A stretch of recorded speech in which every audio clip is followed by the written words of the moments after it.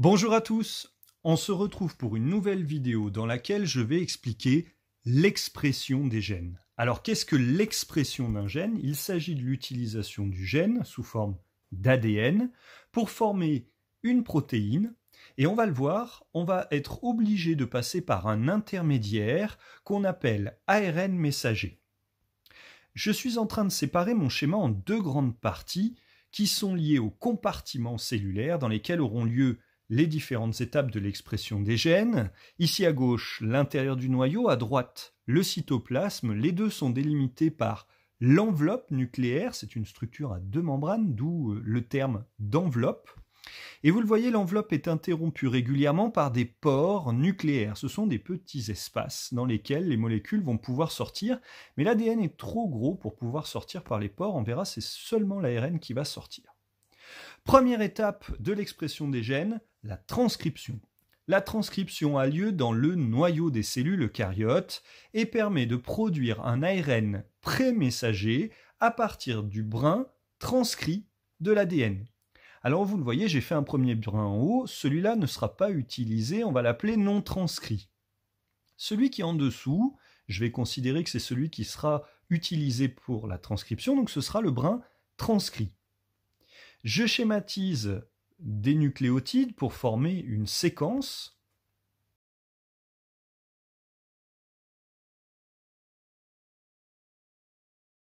Et je schématise sur le brin en dessous, le brin transcrit, la séquence complémentaire. Vous vous souvenez, en face de A, il y a un T, vous l'aviez. C, un G en face, vous l'aviez aussi. C'est parfait. Ça veut dire qu'on a ici notre molécule d'ADN à deux brins qui sont parfaitement complémentaires. Par-dessus, je vais schématiser une grosse structure. C'est une enzyme qui vient se fixer à l'ADN et qu'on va appeler ARN polymérase. ARN polymérase, c'est une enzyme qui est capable de se fixer à l'ADN et qui va se déplacer le long de la molécule pour produire un brin d'ARN. Je schématise ce brin, alors là il y a quelque chose qu'il faut que vous compreniez, c'est que là c'est déjà un peu fini, d'accord? Donc on a déjà commencé à produire un ARN pré-messager, ou on dit également pré-ARN-M, pré-ARN messager, mais il faut comprendre comment ça s'est fait. Alors l'enzyme a mis un par un les nucléotides, et vous le voyez déjà, il y a une grosse différence, c'est que dans l'ARN, les T sont remplacés par des U. Les nucléotides à thymine sont remplacés par des nucléotides à uracile. Et l'ARN polymérase, vous le voyez, elle incorpore un par un les nucléotides complémentaires du brin transcrit. Donc vous voyez qu'en face du T, j'ai mis un A, en face du C, j'ai mis un G. C'est ainsi qu'on a produit un ARN pré-messager. Mais vous le comprenez, comme il est pré-messager, il faut le transformer. Il faut lui faire subir des étapes de maturation, et notamment la principale, l'épissage. Alors, l'ARN messager, on va le reschématiser ici, une fois qu'il est, entre guillemets, sorti de ce complexe avec l'ARN polymérase, et je vais schématiser tous les petits nucléotides. Alors cette fois-ci, vous voyez que j'ai dézoomé et que je les écrirai pas un par un, sinon ça prendrait très longtemps. Et ici, je suis en train de montrer que l'ARN va former des boucles, et ces boucles, on va les appeler introns. Vous voyez, I1, I2, etc. Ce sont les introns. Entre les introns, il y a des exons. Les exons, ce sont les séquences codantes qui seront utilisées pour former l'ARN messager. Alors bien sûr, l'idée c'est d'enlever les séquences non codantes, les introns, pour conserver seulement les exons. Ça, c'est ce qui se passe lors de l'épissage. Et alors très important, on pourra sélectionner différents exons, différentes séquences codantes, de façon à diversifier les ARN messagers qui seront produits. Ici, vous le voyez, on a conservé les 3 exons, mais on aurait par exemple pu ne conserver que l'exon 1 et l'exon 3. On a nos 3 exons les uns à la suite des autres, et on a excisé les introns. On a donc réalisé une maturation de cet ARN pré-messager pour former la molécule d'ARN messager, ARN-M. On dit aussi que c'est un ARN messager mature, puisqu'il a subi la maturation.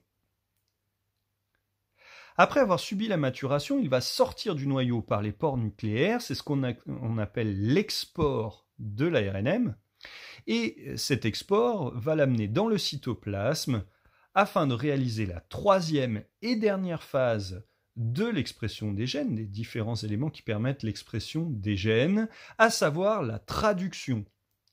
La traduction a lieu dans le cytoplasme et elle est réalisée par les ribosomes. Ce sont des structures qui qui vont se fixer à l'ARN messager et réaliser la traduction en 3 temps. L'initiation, l'élongation et la terminaison. Je vais schématiser la molécule d'ARN messager et vous le voyez, je fais des pointillés parce que je vais imaginer que je me déplace le long de cette molécule parce que vous allez voir que c'est assez long en termes de séquence. On fait des schémas de façon à permettre de mieux comprendre. Alors, je schématise à nouveau les différents nucléotides sans détailler, ce sera trop compliqué, on en détaillera quelques-uns, vous allez voir pourquoi. Alors le premier que je détaille, c'est le triplet AUG. Il est extrêmement important ce triplet AUG, c'est ce qu'on appelle le codon d'initiation. Alors le codon d'initiation, c'est un signal pour démarrer la traduction et permettre la fixation des ribosomes. C'est-à-dire que ce signal est reconnu par le ribosome. Le ribosome, c'est une grosse structure qui va pouvoir se fixer à l'ARN. Et en fait, il est constitué de 2 sous-unités, la grande et la petite sous-unité. Et ce ribosome, vous le voyez, se fixe sur le codon AUG ou codon d'initiation. Alors, ce qui est intéressant, c'est que les codons vont comporter une information qui va permettre au ribosome de fixer des acides aminés. Et l'acide aminé qui est fixé lorsque on a le codon AUG, c'est l'acide aminé MET pour la méthionine. Donc pratiquement toutes les protéines commencent par cet acide aminé, sauf qu'il peut être ensuite par la suite excisé. Alors on va redéfinir ce qu'est le codon. Le codon, c'est un triplet de nucléotides, 3 nucléotides qui codent pour un acide aminé. C'est-à-dire que AUG code pour l'acide aminé méthionine. Ce codon, en fait, et son décodage, il va être très important pour permettre d'associer un acide aminé à chaque fois qu'on aura un triplet de nucléotides particulier. L'ensemble de ce décodage constitue le code génétique. Alors vous le voyez, j'ai continué mon schéma en mettant un très grand nombre de petits nucléotides et je flèche ici 2 codons. Je vais mettre codon N et codon N+1, sachant que la séquence est en fait une suite d'un très grand nombre de codons. Et vous le voyez, je schématise à nouveau le ribosome qui va se déplacer le long de l'ARN messager.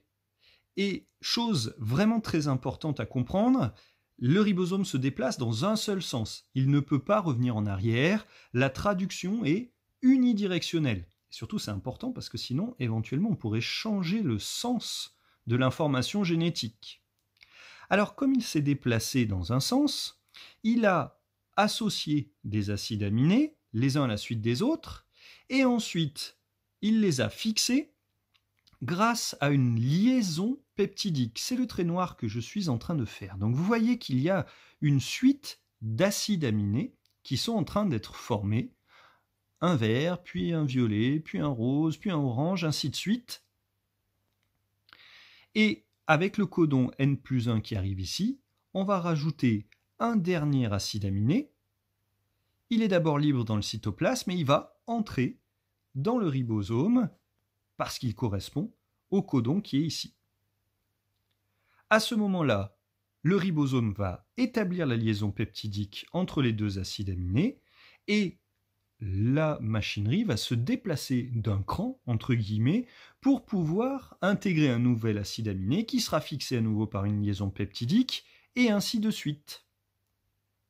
Ainsi, on est en train de synthétiser, de faire la synthèse d'un polypeptide. Un polypeptide, c'est une suite d'acides aminés. Un peptide, c'est quelques acides aminés. Un polypeptide, c'est un assez grand nombre d'acides aminés. On va dire au moins une 50aine, voire une 100aine. Je suis en train de passer à la dernière phase de la traduction qui correspond à la terminaison. La terminaison, elle se fait grâce à un codon particulier qui s'appelle le codon stop. Ici, je l'ai schématisé sous la forme UGA, mais en fait, il y en a 3 codons stop, UGA, UAA et UAG. C'est les 3 codons stop du code génétique. Alors, lorsque le ribosome arrive au niveau de ce codon stop, eh bien en fait, il n'y a pas d'acide aminé correspondant. Et finalement, il va recevoir le signal qu'il peut se détacher de l'ARN messager. Et du coup, forcément, la traduction s'arrête. Donc il y a séparation des 2 sous-unités du ribosome, la grande et la petite sous-unité, et terminaison de la synthèse de ce polypeptide. Alors du coup, je le refais rapidement. Et une fois que le ribosome est détaché, on a obtenu un polypeptide complet qui va former la protéine finale après repliement. On a donc une protéine synthétisée, au moins dans sa chaîne d'acides aminés, et ensuite elle va acquérir sa fonction. J'espère que vous avez tout compris à ce schéma et que vous aurez eu le courage de le refaire. Je vous souhaite une très bonne journée et à très bientôt parmi nous.